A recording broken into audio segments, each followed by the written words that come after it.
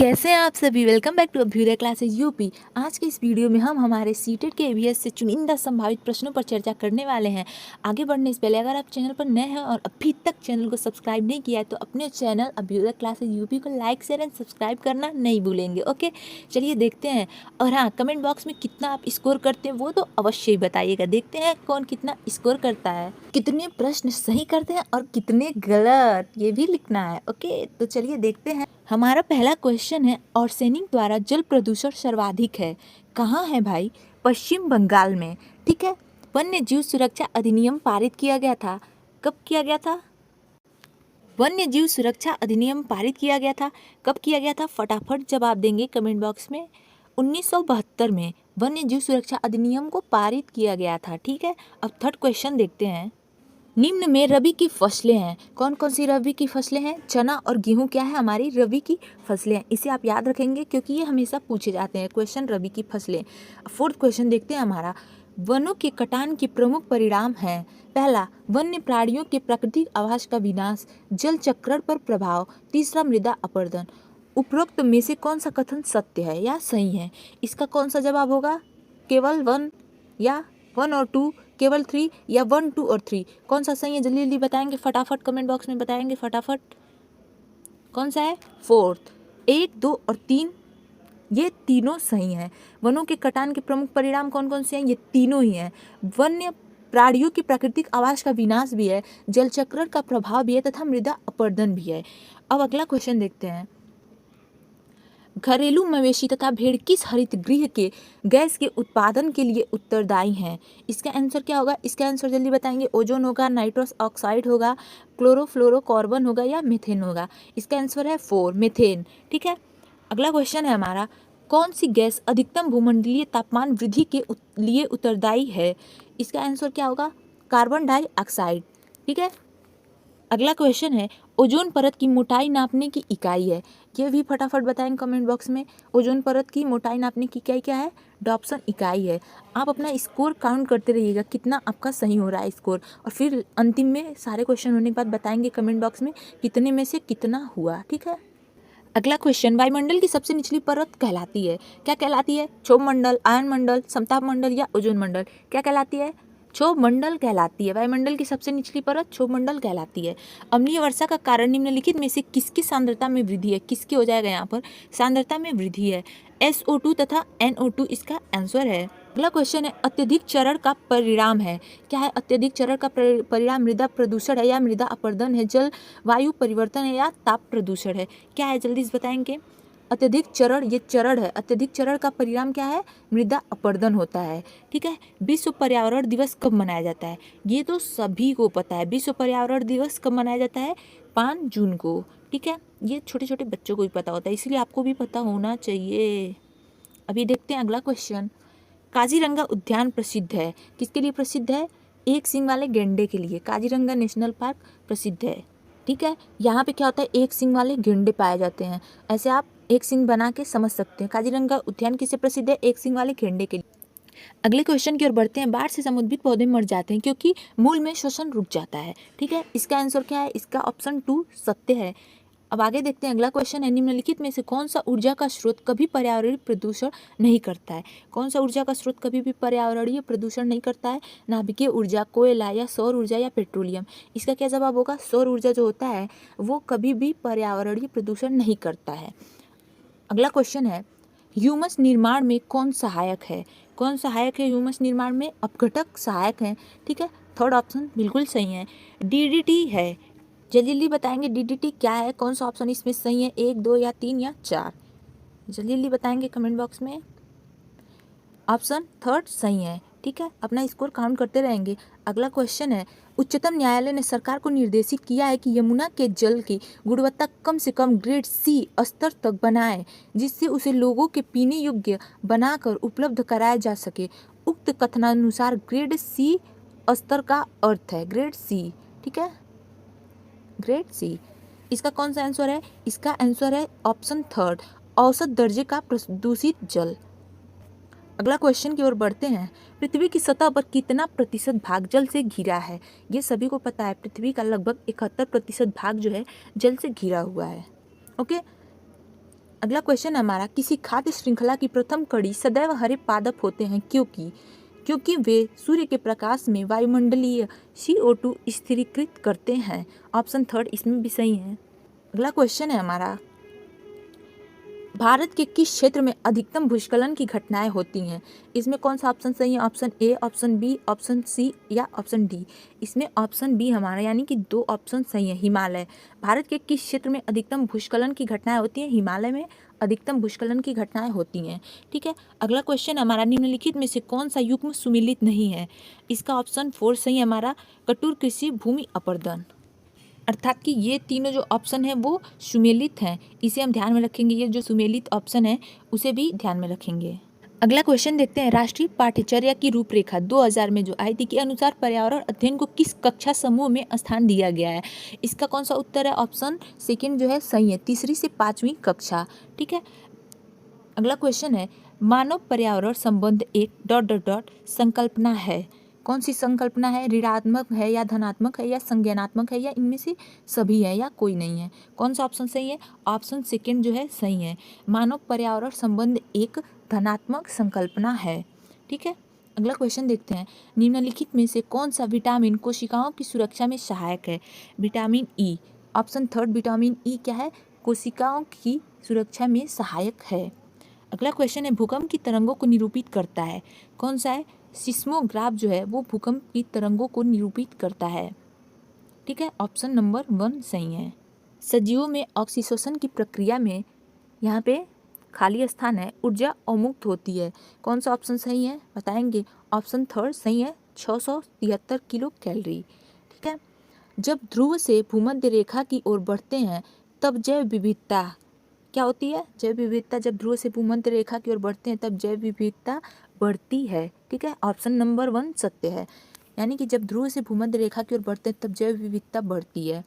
Okay. अगला question है, चिपको आंदोलन की जनक गौरा देवी द्वारा चिपको आंदोलन किस गांव में प्रारंभ किया गया था?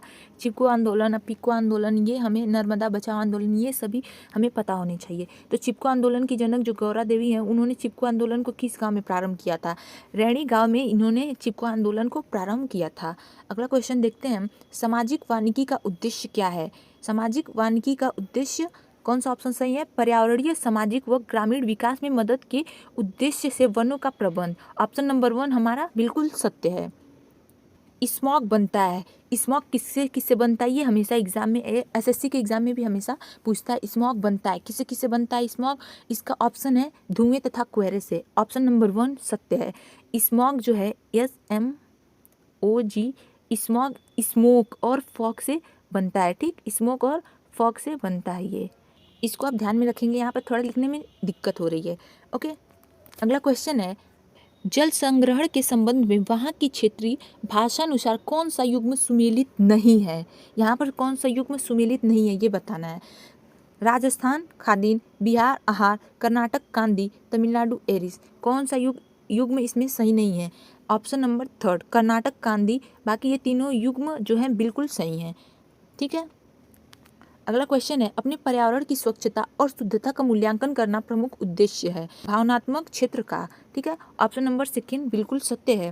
अगला क्वेश्चन देखते हैं, मोनाल उत्तराखंड के अतिरिक्त किस राज्य का राज्य पक्षी है? ये ध्यान रखेंगे क्योंकि हमेशा राज्य पक्षी जो होता है वो किसी भी एग्जाम में पूछ दिए जाते हैं। ठीक है। तो मोनाल उत्तराखंड के अतिरिक्त किस और राज्य का राज्य पक्षी है? ये हिमाचल प्रदेश का भी राज्य पक्षी है और उत्तराखंड का भी राज्य पक्षी है, इसे ध्यान में रखेंगे। ठीक है।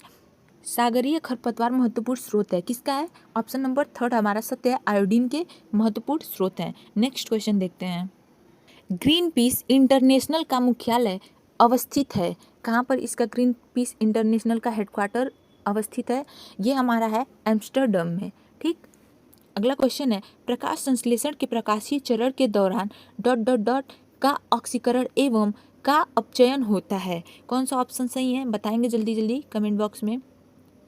ऑप्शन नंबर 1 बिल्कुल सत्य है। ठीक है। अपना स्कोर काउंट करते रहेंगे, अभी लास्ट में जब ये समाप्त हो जाएगा सीरीज तो आप अपना स्कोर बताएंगे आपने कितने में कितना सही किया। ठीक है। जिससे आपकी तैयारी कितनी हुई है ये आपको ये भी पता चलेगा। दूध से दही बनने की प्रक्रिया को क्या कहते हैं, ये तो सभी को पता है, दूध से दही बनने की प्रक्रिया को हम किण्वन कहते हैं। किस देश के संविधान से मौलिक कर्तव्यों को लिया गया है, ये ऑप्शन है हमारा 4, यूएसए। यूएसए के संविधान से हमारे मौलिक कर्तव्यों को लिया गया है। फूलों की घाटी अवस्थित है, फूलों की घाटी कहाँ पे अवस्थित है, ये हमारी है यूके यानी कि उत्तराखंड में हमारी फूलों की घाटी जो है वो अवस्थित है।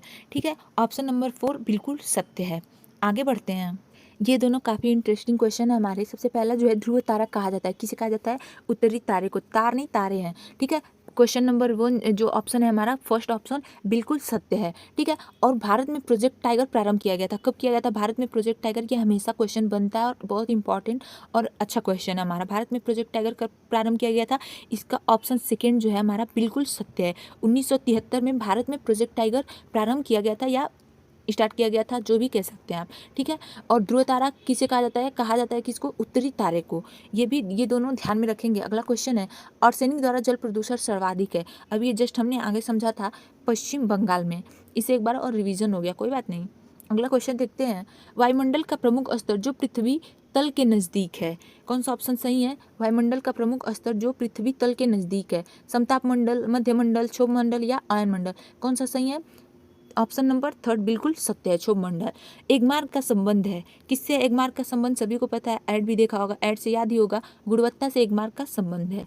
ठीक है, अगला क्वेश्चन है, तिब्बत की सांगपो नदी भारत में किस नाम से जानी जाती है, सांगपो नदी को भारत में किस नाम से जाना जाता है, ब्रह्मपुत्र नदी के नाम से हम लोग भारत में तिब्बत की सांगपो नदी को जानते हैं, और ब्रह्मपुत्र नदी को तिब्बत में किस नाम से जानते हैं, सांगपो नदी के नाम से जानते हैं। ठीक है, ऐसे भी घुमा के क्वेश्चन पूछे जाते हैं। ठीक है, अगला क्वेश्चन है, सरिस्का राष्ट्रीय उद्यान कहाँ अवस्थित है, सरिस्का राष्ट्रीय उद्यान बताएंगे कहाँ पे अवस्थित है, ये हमारे राजस्थान में अवस्थित है, सरिस्का राष्ट्रीय उद्यान। ठीक है, पारिस्थितिकी तंत्र में ऊर्जा का मुख्य स्रोत है, क्या है, सूर्य प्रकाश जो है पारिस्थितिकी तंत्र में, ऑप्शन नंबर जो हमारा सेकेंड है बिल्कुल सत्य है, ऊर्जा का मुख्य स्रोत है। ओके, आगे बढ़ते हैं अगले क्वेश्चन पर। कोटोपेक्सी एक जागृत ज्वालामुखी है जो अवस्थित है, कहाँ पर है, ऑप्शन 1 सही है कि 2 सही है कि 3 सही है कि 4, कौन सा है जल्दी बताएंगे, ऑप्शन नंबर सेकेंड, इंडीज में कोटोपेक्सी एक जागृत ज्वालामुखी जो है वो इंडीज में अवस्थित है। अगला क्वेश्चन देखते हैं, संयुक्त राष्ट्र सुरक्षा परिषद में कितने अस्थायी सदस्य हैं, अस्थायी सदस्य बताना है। ठीक है, 3 है कि 4 है कि 5 है कि 6 है, कितने अस्थायी सदस्य हैं, ऑप्शन नंबर 3 बिल्कुल सत्य है, 5 अस्थायी सदस्य हैं। अगला क्वेश्चन है, भारत में निम्नलिखित में से कौन सी एजेंसी मुख्य रूप से प्रदूषण के मापन से संबंधित है, कौन सी एजेंसी जो है भारत में वो हमारे प्रदूषण के मापन से संबंधित है, जल्दी से बताएंगे, टिक टिक 1, टिक टिक 2, टिक टिक 3, सेकेंड, ऑप्शन सेकेंड बिल्कुल सत्य है, केंद्रीय प्रदूषण नियंत्रण बोर्ड। ठीक है, इसका ऑप्शन सेकेंड हमारा सत्य हो जाएगा। अगला क्वेश्चन देखते हैं, द ओरिजिन ऑफ स्पीसीज यानी कि प्रजातियों की उत्पत्ति एक रचना है, किसकी रचना है, अरस्तु की है कि चार्ल्स डार्विन की है कि रॉबर्ट हुक की है कि मेंडल की है, किसकी रचना है द ओरिजिन ऑफ स्पीसीज, ये हमारा हो जाएगा option number second, Charles Darwin की है ये एक रचना। अंतर्राष्ट्रीय न्यायालय का मुख्यालय कहाँ अवस्थित है, ये इसका आंसर बताएंगे कहाँ है, द हेग में, हेग में अंतर्राष्ट्रीय न्यायालय का मुख्यालय अवस्थित है। अगला क्वेश्चन है हमारा, एलपीजी के संदर्भ में क्या सत्य नहीं है, इसमें से बताएंगे, ऑप्शन 1 है, ऑप्शन 2, ऑप्शन 3, ऑप्शन 4, ऑप्शन 4 जो है हमारा वो असत्य है, सत्य नहीं है, यह मीथेन उत्सर्जन करने वाला है नहीं। ठीक है, यह एक स्वच्छ ईंधन है, बिल्कुल सत्य है, यह उच्च ऊष्मीय मान का है, बिल्कुल सत्य है, यह नीले ज्वाला से जलने वाला है, बिल्कुल सत्य है, ऑप्शन 4 जो है हमारा बिल्कुल असत्य है। अगला क्वेश्चन देखते हैं हम, नेक्स्ट क्वेश्चन, संविधान सभा में राष्ट्रीय गान को अपनाया गया, कब अपनाया गया, संविधान सभा में हमारे राष्ट्रीय गान को, जल्दी से बताएंगे, ऑप्शन नंबर सेकेंड बिल्कुल सत्य है। ठीक है, अगला क्वेश्चन देखते हैं, गिरसेर परियोजना अवस्थित है, गिरसेर परियोजना कहाँ अवस्थित है, ये हमारे गुजरात में अवस्थित है, गिरसेर परियोजना। ओके, इसे याद रखेंगे, बहुत ही इंपॉर्टेंट और इंटरेस्टिंग क्वेश्चन है ये, गिरसेर परियोजना गुजरात में स्थित है। WWF से आशय है, क्या इससे आशय है WWF से, जल्दी से बताएंगे, वर्ल्ड वाइल्ड लाइफ फंड, ये होता है WWF का full form, world wild life fund, option number 3 बिल्कुल सत्य है। ठीक है, नेक्स्ट क्वेश्चन, निम्नलिखित में से कौन सा जैवमंडल का अजैविक घटक नहीं है? कौन सा जैवमंडल का अजैविक घटक नहीं है? प्रोटीन है, कवक है, मृदा है कि फास्फोरस है? इसका ऑप्शन सेकेंड बिल्कुल सत्य है, कवक। ठीक है, ऑप्शन नंबर सेकेंड हमारा बिल्कुल सत्य हो जाएगा। नेक्स्ट क्वेश्चन है, पुष्कर मेला कहाँ आयोजित किया जाता है? पुष्कर मेला जो है वो हमारे अजमेर में आयोजित किया जाता है, इसे भी ध्यान में रखेंगे। अब नेक्स्ट क्वेश्चन है आपका, रेड डाटा बुक में सम्मिलित है कौन सा? ऑप्शन 1, ऑप्शन 2, ऑप्शन 3 या ऑप्शन 4? इन चारों में से कौन सा ऑप्शन सत्य है ये आप कमेंट बॉक्स में लिख के बताएंगे। कौन सा इसमें ऑप्शन इन सभी में सत्य है और कितना आपने आज स्कोर किया, कितने में कितना सही किया, वो भी आप आज बताएंगे कमेंट बॉक्स में। ठीक है, सो गाइज आज की वीडियो में बस इतना ही। अगर आप चैनल पर नए हैं और अभी तक चैनल को सब्सक्राइब नहीं किया तो अपने चैनल ही है, please subscribe Abhyudaya classes UP and like भी अवश्य कर दीजिएगा, शेयर भी अवश्य कर दे। Okay, thank you.